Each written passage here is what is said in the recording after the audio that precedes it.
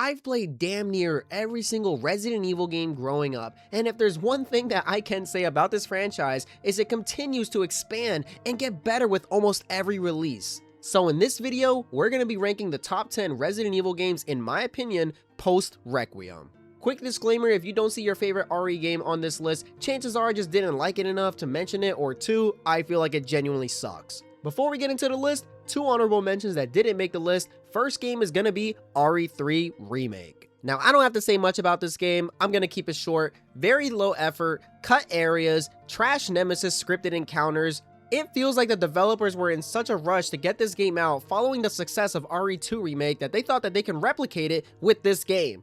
If they gave this game another year of development, I feel like this game would have had the magic and even competed with being one of the best Resident Evil games of all time following RE2 Remake. But what we got instead was a disgrace of a remake for one of the best video games of all time for the PlayStation 1. And not to mention, this game has little to no replay value, so that's why it didn't even make the list. Honorable mention number 2 is Resident Evil 6.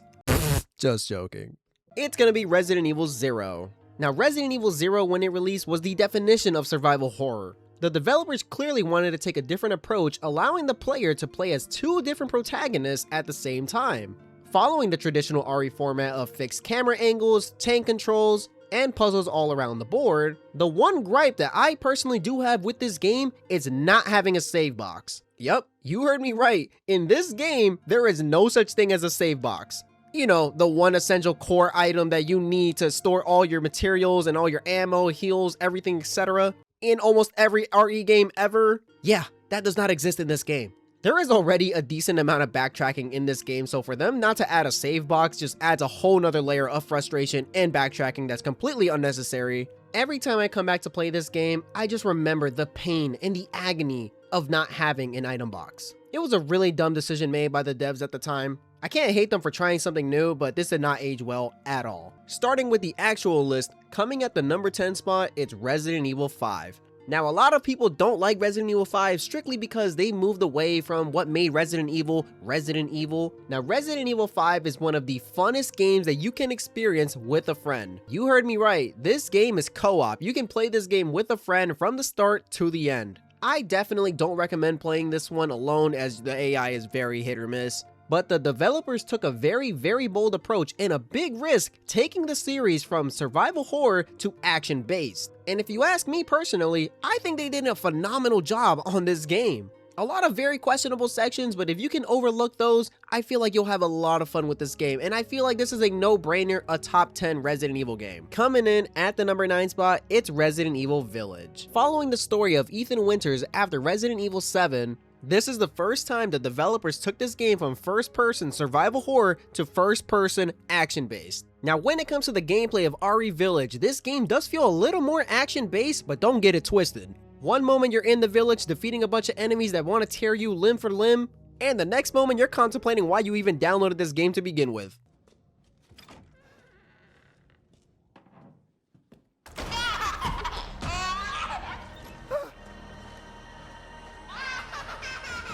Jesus Christ, that section terrified me. Resident Evil Village is a great way to end off the Ethan Winters saga, but the only reason why I have this game at number 9 is because I just don't find myself coming back to this game that often. Personally, I would rather play 7, but Village is still a great game nonetheless. Coming in at the number 8 spot, it's Resident Evil 4 Remake. Now, Resident Evil 4 took everything that we love from RE4 OG and just made it a lot better. UI looks way more clean, gameplay feels so much more flushed out, Leon's kicks feel utterly more satisfying, and come on, the visual overhaul, the graphics, this game looks freaking amazing! This is the kind of game that I would recommend to anyone who has an interest in the Resident Evil series. As for 1, it's very beginner friendly, 2, it runs well on a lot of modern systems, and 3, well, come on, it's Resident Evil 4, but 10 times better, like what? This game was truly a tribute and a love letter from the developers to anyone who enjoyed the original Resident Evil 4. You can see the passion, the love, and care that they put into this game, perfecting it and making it a 10 out of 10 experience. Coming in at the number 7 spot, it's Resident Evil 2 Remake and the original. Now, the reason why I put both of these games on here is because after this, there are a lot, and I mean a lot, of heavy hitting bangers following these two games. I couldn't put 2 Remake and the original on their own separate list. This video will drag on for way too long, so I'm just putting them both here. RE2 Remake takes everything that the original did, but just like I mentioned with RE4, it just did it that much better. We follow Leon and Claire in the Raccoon City Police Department, where ammo is scarce and the stakes are higher than ever. It is our job to locate the STAR's office and get the hell out of here and find some sort of escape plan. Along the way, we come across tons and tons of zombies, nostalgic but yet terrifying enemy types, and gameplay that has been utterly perfected.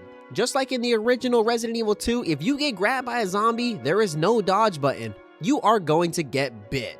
Movement is absolutely king in these games. The cleaner your movement, the less you're gonna get punished. The smarter that you plan out your route and clear out the zombies necessary, the easier time you will have later on in the game, and strategically saving the game whenever it's necessary.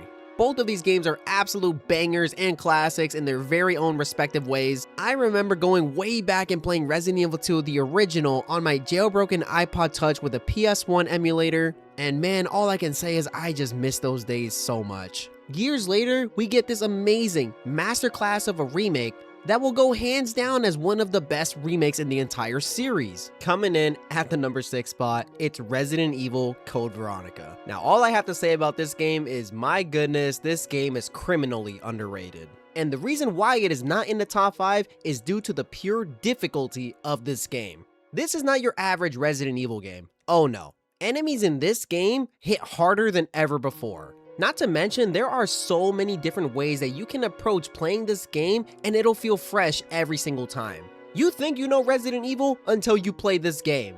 Enemies hit twice as hard in this game. Not to mention, there is double the spawn of them. From the get-go, you're surrounded by tons and tons of zombies, with barely any ammo to defend yourself, no healing items, and any lack of general direction. As I mentioned before, this game is difficult. This game will challenge you in everything that you know about this franchise. In this game, you have to save your ammo. In the very beginning, you're greeted with a whole lot of it. But don't get it twisted, this is the game's trap, tricking the player into thinking that this is going to happen more often. If you're killing every single zombie that you see in this game, later on, it's going to bite you in the ass. Not to mention, there are multiple areas where you can softlock yourself out of this game and make it physically impossible for you to finish if you don't have proper resource management. I am not joking when I say this. You can literally softlock yourself out of this game and make it physically impossible to progress further unless if you hit a hard reset and start all over. On top of all that, this game is extremely long. My very first playthrough of this game was easily over 20 hours, and for a game that released on the PlayStation 2, that is utterly impressive. Backtracking in this game is hell on earth. If you forgot that one essential key item and didn't take out those 2 annoying enemies along the way, may God be with you. If you did not leave enough ammo for Chris or Claire, vice versa, you are going to struggle. This is the game for the die-hard fans that want a challenge and want to prove their skills. This game is not beginner friendly. I will not recommend this to anyone who wants an introduction into the Resident Evil series, as they will pull their hair out, literally. But when it's all said and done, this game is an absolute classic, and I am praying that this game gets the next remake. If they give this game the RE4 remake treatment and RE2 remake treatment, my god, I think this would be a top 3 RE game of all time. Coming in at the top 5, we have the newest installment to the series, Resident Evil Requiem. Now, I do have quite a lot to say about this game, but I'm gonna try my best to keep it very short for the sake of this video. Good god, they fucking nailed it out of the park with this game. When I heard that they were bringing Leon back for this game, I knew that this game was gonna be an absolute banger. In the game, you play as 2 different protagonists. You have Grace Ashcroft and Leon Kennedy. When you play as Grace, it is recommended for your very first playthrough to play this game in first person, as there are a lot of horror elements designed for first person. And when you're playing as Leon, it's recommended that you play in third person for your first playthrough. However, you can play as first person as well. My first playthrough of this game was amazing. I enjoyed every single bit of it. Story in this game, 9 out of 10. Gunplay in this game, 8.5 out of 10. As for the jump scares in this game, they got me. In this game, there is a brand new item known as the Blood Collector. This item allows the player to craft items with blood that they find from the zombies. Just like ammo in your heals, you need to manage your blood to manage your resources. With the Blood Collector, you are able to craft ammo, healing items, and for the first time in the whole series, ink ribbons. Now, the one gripe that I did have about this game was how easy it was for me, and I don't know if that's just because I am a seasoned veteran of this series. I've beat pretty much every single RE game in the hardest difficulty possible, so the only thing that I do have left to do now is replay this game in third person and on insanity difficulty. Other than that, I didn't really have any issues with this game. I feel like everything ran perfectly. There was one crash that I got during a boss fight. Game was very well optimized, seemed to run very flawlessly. But as for my first impressions, I think it's safe to say that this game is definitely a top 5 Resident Evil game. Coming in at the number 4 spot, it's Resident Evil 7. This is the game that redefined the entirety of this franchise. Because of Resident Evil 7, we have games like Requiem. Because of Resident Evil 7, the horror elements in these newer RE games have only been amplified and brought to new heights. You want to get one of your friends into Resident Evil? Tell them to play this game. My very first time playing Resident Evil 7, I was shitting my pants. And I really started to question, am I even playing Resident Evil? Because this game was fucking terrifying. It really gave me nostalgia from when I was a kid playing games like RE3 Nemesis for the first time and having to worry about someone chasing me. Capcom introducing a character like Jack Baker, my goodness, they cooked. He is so well written, so terrifying, and has aged so well in this series. Every time I come back to play this game, I always have this insane paranoia because of Jack Baker. Capcom took a very big risk making this game first person. This turned off a lot of the original Resident Evil fans questioning if this was even the same game that they grew up to love. But as time went on, people loved this game, and it is now claimed to be one of the best Resident Evils of all time. I'm gonna take it a step further. It is one of the best horror games of all time. Because of this game, Resident Evil 7 managed to bring back the series from the dead, literally, and bring it back to its former glory, laying out a new blueprint and foundation for the future of this franchise. Coming in at the top 3, it's Resident Evil 4 OG. Critically acclaimed as one of the best horror games of all time, and one of the best Resident Evils of all time.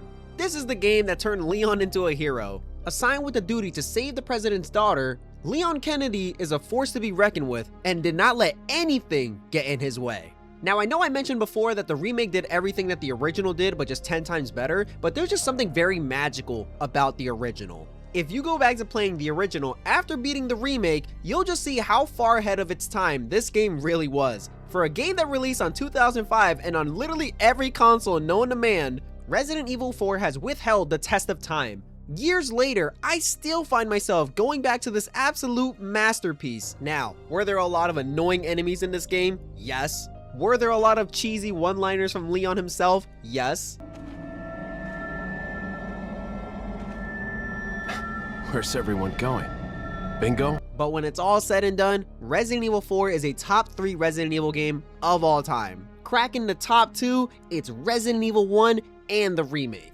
The original Resident Evil is where it all began. You'd have to call me a fool for not including this game at least in the top 3, as it was the birth, the start of what we all know and love today. However, I do find myself playing the remake more than the original. I love the additions that they made to the remake. From zombies that resurrect if you don't finish them off with the lighter from the moment that you drop them to the floor, to introducing a horrific enemy known as Lisa Trevor,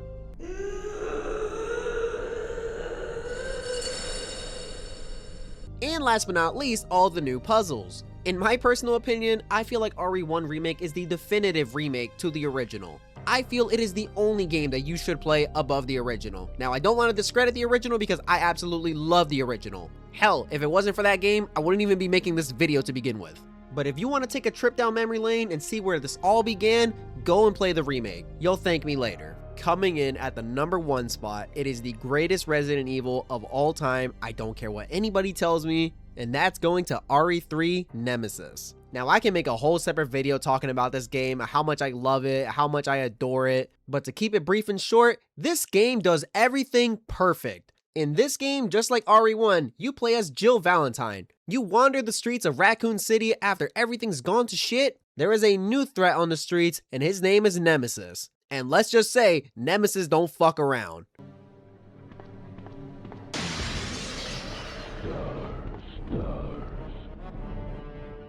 Nemesis follows you at different points in the game while you are trying to progress through the story. You can be in the middle of doing a puzzle, you can be in the middle of fighting zombies, or hell, you can even be on your way to the save room. Nemesis doesn't care. He follows and he goes wherever he pleases. Every single Nemesis encounter, you are greeted with options. Either you can fight the creature, or you can just back off. If you do decide to fight him, you can kill him temporarily and you are granted with rewards. Maybe some runs at certain parts you want to back off and some other parts you want to get specific rewards, or you fight him in the first encounter just to take Brad's Stars card. The choice is up to you, and that's one thing that I absolutely love about this game. The only gripe that I've ever had with RE3 Nemesis is the dodge mechanic. If you played this game, I do not have to explain it to you. You know it's bullshit. In the remake, the Nemesis encounters are scripted and they're supposed to happen at different points in the game. In the original, you wish that was the case. Nemesis will follow you anywhere. When you fight Nemesis in the clock tower area in the original, you get poisoned and you can't see your health bar, so you're kind of just guessing how much health you have as you're taking damage from him. RE3 Nemesis is a representation of Capcom going balls to the wall and giving the player options while delivering a 10 out of 10 experience. Not to mention, the speedrunners in this game are absolutely cracked.